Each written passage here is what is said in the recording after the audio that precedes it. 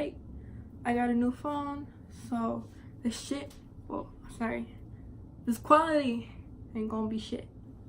Well, hopefully not, because I have the iPhone XR.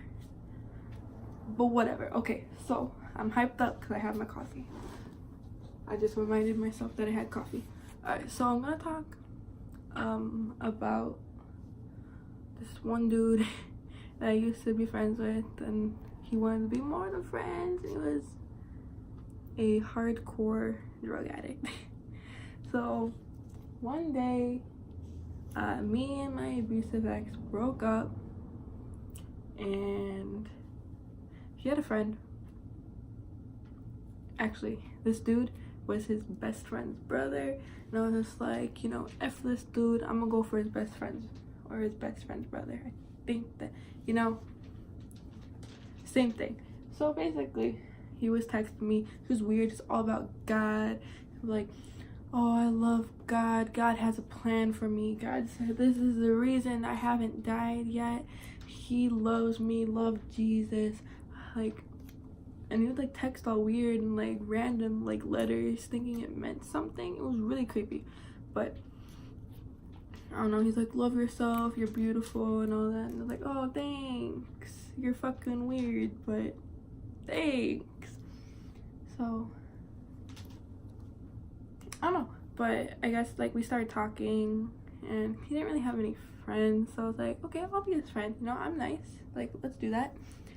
And we started like video chatting, texting all day and everything. He's like, I like you as more than friends. I was like, okay, well, I can give this a try. So he's like, can I come over? I was like, sure. He's like, all right, well, I've been drinking, is that fine? I was like, yeah, I guess. I mean, as long as you're not like drunk. He's like, no, I'm not drunk. And then I'm like, all right, well, come over. You only live a few blocks away. I'll be standing outside because his phone was dead. And he's like, okay, I'll be there in a few minutes. And I see, like, I've never met him before, and he's like up to here on me. Like, he's really short, and I'm like average, so he was really short. And I just see the little short dude knocking on every single door except for mine for whatever reason. He's like, is Haley there? And I'd be like, no.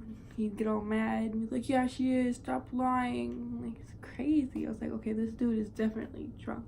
So I walk up to him, I'm like, hey, like, turn around. And he's like, no, I'm not gonna turn around. You turn around. I'm like, dude, turn around. He was getting all mad. He's like, I'm never gonna turn around, you're the devil, screaming at me. And like, I turned him around and he's like, oh, hey, it's you. This dude was already at like strike one. I should have known. But I didn't. I was like, all right, let's go back to my house and meet my parents. He got there. He's like, hey, you know, whatever. We were watching like one of the sports games, either hockey or baseball. But he kept asking me, he's like, do you like whatever sport we were watching? I was like, no. He asked me like 7 times and he had the same reaction each time. He's like, what? Sports are cool. And then like maybe like 3.5 minutes later, he was knocked out. Like straight up knocked out. He's on my couch, like he wouldn't wake up. I was like, you know, kind of shaking him, like, hey, you know, wake up. Like, my parents are just staring at me like, what did you just bring into my house? And I'm like, okay, this dude is definitely a little bit more than drunk. So my parents are like, get him out of the house. It's already about 9:30 at night. Wasn't the best idea, but I did it and I regret every single thing about it. But yeah, so basically he was just asleep, knocked out. I could not wake him up. I was scared to wake him up. I didn't want him to like freak out and be like, oh, where am I? And then start beating me for whatever reason. So I was like, Dad, wake him up. And he just wasn't going. It's like 20 minutes later. I was like, all right, I'm done. Like, I want to go to sleep. So I was just shaking him, like slapping him, like, wake up. And he woke up and he's like, hey, sorry, I fell asleep. Oh, really? No, you fell asleep? I didn't notice. But I was like, okay, we're taking you home. And he told us his address, and I was like, that's not your address. Like, I know where you live. And he's like, no, drop me off there. That's my address. I wasn't gonna fight him about it. So I was like, okay, we're dropping him off there.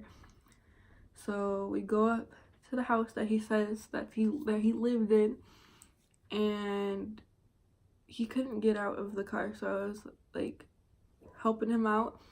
And then he's like, okay, I'm good now, I can go. And then he crosses the street and goes into some other house. Like, it's not his house. It's not the house he told us to drop him off at.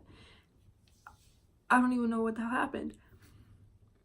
Like, he hasn't talked to me since then. I don't even know what the hell happened, but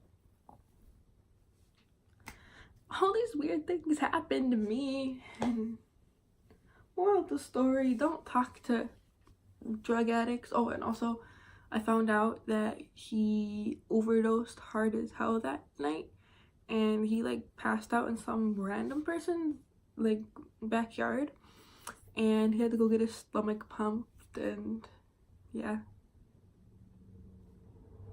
don't talk to drug addicts. Most of the time it's not gonna end up well. Yeah.